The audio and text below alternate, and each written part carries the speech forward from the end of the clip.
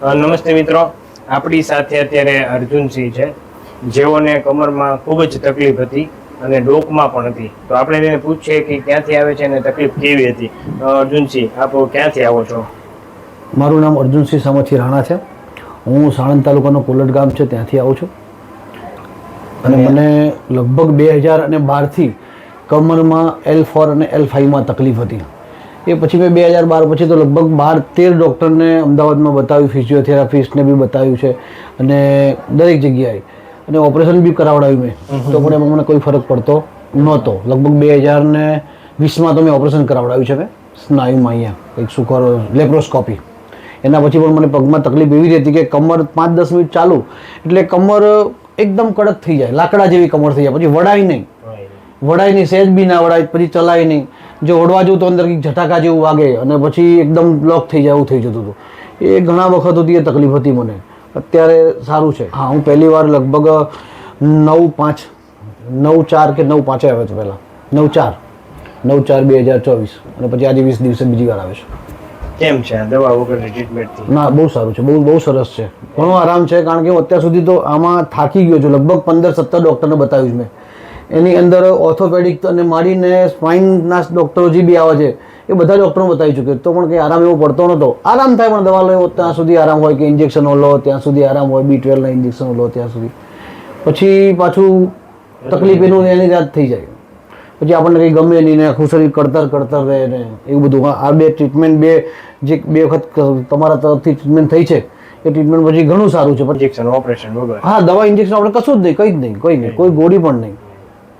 તો આ વિડીયો યુટ્યુબમાં મૂકી શકીએ? હા, 100% મૂકી શકીએ. અને સાહેબ, હું આ મારા પોતાના માધ્યમથી, તમારા માધ્યમથી લોકોને કહેવા માગું છું, જેને કમરમાં તકલીફ છે, પગમાં તકલીફ છે, એમને કહું છું કે મેં પોતે આ વિડીયો મેં યુટ્યુબમાં જોયો હતો, બરાબર છે, અને યુટ્યુબમાં આજે આપની હોસ્પિટલ જે છે એનું મેં સાંભળ્યું હતું, અને યુટ્યુબમાંથી જ મેં ફોન કરી અને પછી તમારો નંબર અહીંયા લીધો હતો અને એડ્રેસ લીધું, પછી અહીંયા આવ્યો છું. એટલે અહીંયા આવ્યા પછી મને ઘણું બધું સારું છે. તો જેને આ તકલીફો છે બધાને હું કહેવા માગું છું કે એકવાર જરૂરથી અહીંયા સાહેબને બતાવજો, 100% આરામ થશે. મને આરામ થયો છે. અને અહીંયા આવ્યા પછી મેં ઘણા બધા દર્દીઓને મેં પૂછ્યું છે, હું જ છું, બરાબર છે, તો એમાં મેં ઘણા બધા દર્દીઓને પૂછ્યું છે, ઘણા બધાને બહુ સારું થયું છે અને મને પોતાને બી સારું છે અત્યારે.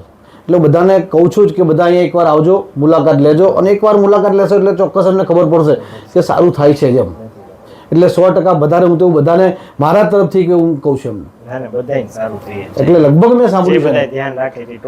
હા, બધાને, મને પોતાને આરામ છે સાહેબ, હું કહું છું. કારણ કે હું લગભગ 2012થી એટલે આજે 12-15 વર્ષથી હેરાન થઈ ગયો છું આમાં, પણ અત્યારે ઘણું સારું છે.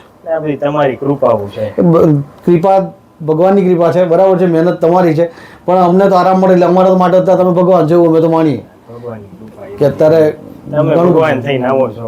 એ હવે પરવાનાને ખબર, પણ મૂળ શું છે કે સારું છે, એમ 100% સારું છે. એટલે ઘણા બધાને જેને તકલીફ છે બધા 100% અહીંયા આવે, જેને આવી શકતા હોય આવી જાય અને આ ટ્રીટમેન્ટ કરાવે એ સારું છે. અને શું છે, બહુ ખર્ચાળ પણ નથી આ, બરાબર છે, બહુ ખર્ચાળ પણ નથી, નોમિનલમાં છે અને આરામદાયક છે. કઈ વાડ કાપ કંઈક થતું નથી કંઈ, અને વ્યવસ્થિત પાછું થઈ જાય છે. એ મેં ઘણા બધા અનુભવથી મેં બધાને પૂછ્યું છે, અને બધા તો પૂછવાની મને પોતાનો અનુભવ છે કે આ સારું થઈ ગયું છે, મને ઘણું સારું છે. એટલે હું 10 મિનિટ ઊભો નતો રહી શકતો, અત્યારે 1 કલાક લગભગ ઊભો રહી શકું છું. 1 કલાક ઊભો રહી શકું, બાકી 10 મિનિટ નતો ઊભો રહી શકતો. 10 મિનિટ પછી મારે બેસી જ જવું પડે એનો, નહીં તો પછી કમર કડી જતી આમ.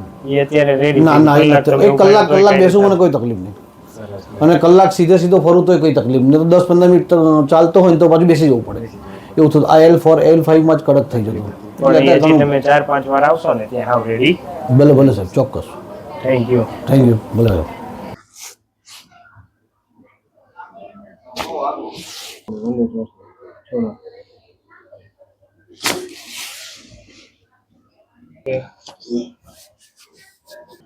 લૂઝ ઢીલું મેકજો. હા, હજી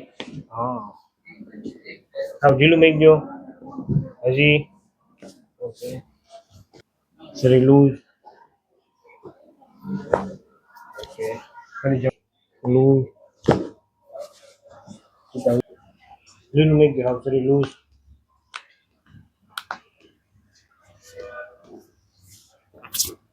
લૂઝ રાખો.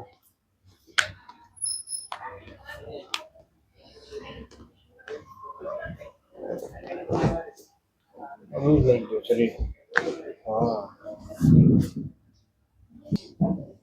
શરીર લૂઝ.